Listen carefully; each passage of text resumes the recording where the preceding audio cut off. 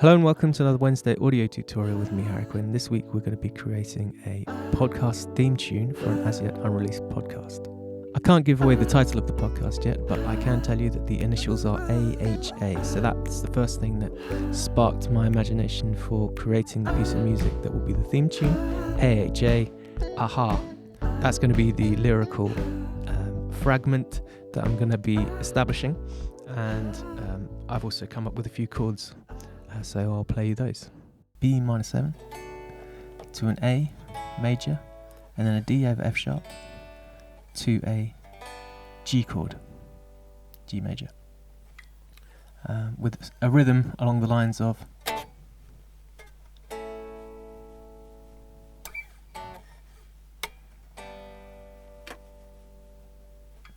just a short idea for a podcast theme. Let's see how we can get on with that. The first thing I've done is establish the tempo. I've gone for 115, and you can see inside this software MuseScore where I've written down the chords in just a 4-bar arrangement, and I'll show you exactly why that is in a second. So B minor 7A, D over F sharp, G. That's the progression. I'm going to aim for maybe about a minute of music, so that will hopefully be useful for the podcast purposes. The reason why I do this in MuseScore is that it's super quick for me to just write in these chords, and then I can go File, Export, MIDI file, Export. And that will give me a MIDI file with those chords, with that rhythm, and then I can put that straight into Logic. And then I've also got a written record in a PDF or however I want to export this, albeit basic 4-bar sequence in the future. Now here we are in Logic. I'm going to import that MIDI for the chords. Okay, so I'm just going to drag that in to this empty space here. And here we are. Here are some chords. I need to change the tempo of this Logic session to 115. So I'm just going to build the track up from there. I'm going to change that piano sample patch, virtual instrument. Probably going to go for a key sound and then probably some more electronic sounds. But I have in my mind electric guitar, bass guitar, and maybe some acoustic guitar with some lots of backing vocals singing the aha theme over those chords. So let's see how I get on. Okay, so on reflection, actually 116 BPM was probably better. I've looped the keys part, so we've just got 8 blocks of the 4-bar. Got 8 blocks of the 4-bar loop.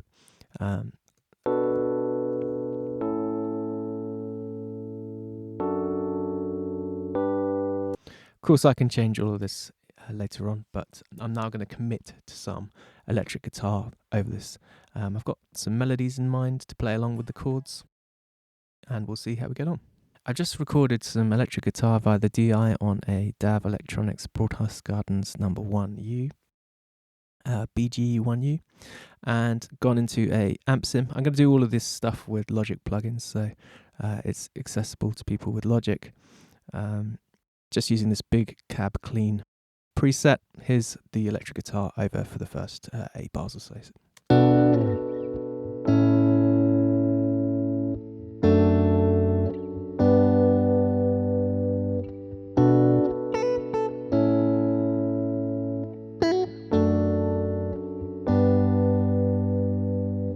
So I'm just going to improvise some vocals over the top along the lines of ah, ha, ha, something like that, and with a few ad-libs.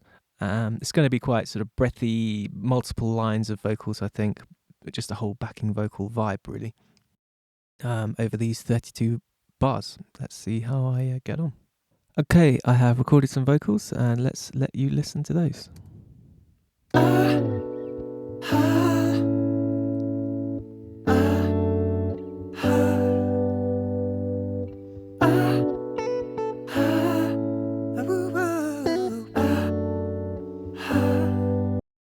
Lots of lip smacking and everything. I'm going to have to tidy up everything there and do all the crossfades and sort out all the edits and all that sort of stuff later on. But that's where it is now. I'm feeling some clicks, so let's do some clicks.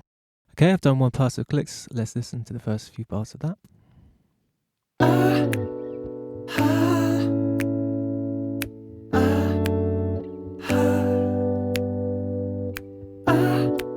Sorry again about those lip smacks. I probably want to have the first 8 bars of this piece without any drums, then I'm going to have some sort of dancey beat, and then possibly the last 4 bars will be just instrumental again without those drums. Why am I holding this piece of 1x2 wood? Essentially there's a contact mic covered with a piece of felt, and then that goes into this preamp DI input. I've used this previously on a song, Molehill, if you want to check that out.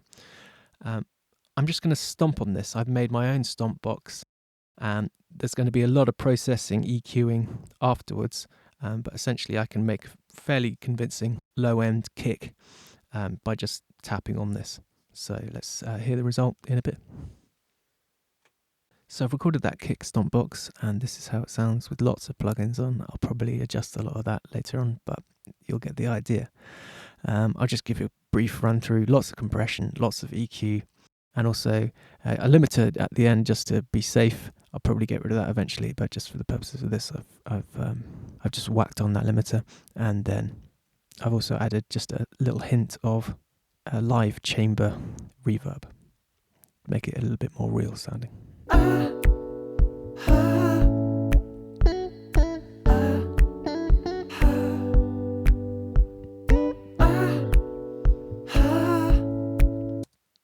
So yeah, lots of room for editing and mixing that.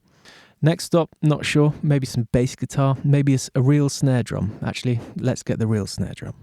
Okay, so I set up the snare drum. It's just the same mic that I'm using on everything else.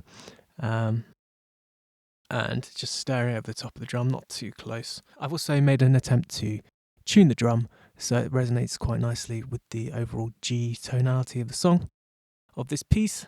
I've got a bit of dampening on here. When the snare drum hits, this just momentarily lifts up and then dampens it. Here's now how things sound with the snare drum. I've also done a little bit of editing on the clicks on the vocals. So yeah, let's take a listen.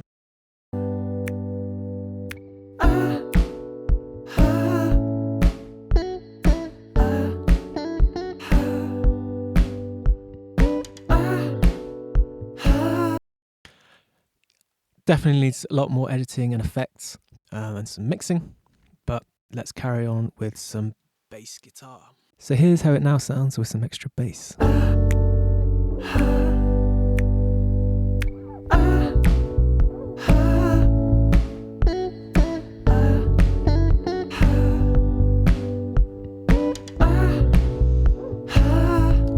And with that bass, I think this track is, the skeleton is there, but there needs to be a few more elements to keep a bit of interest. There needs to be a bit more dynamics in the melody. I can do that within the mix. I can change up and cut out bits, but essentially I think there's another guitar part that I need to record, and let's see how we get on with that. Okay, and this is the final effort for today. I'm going to send this off. Let's see how this goes down. Thanks for watching this week. See you next time.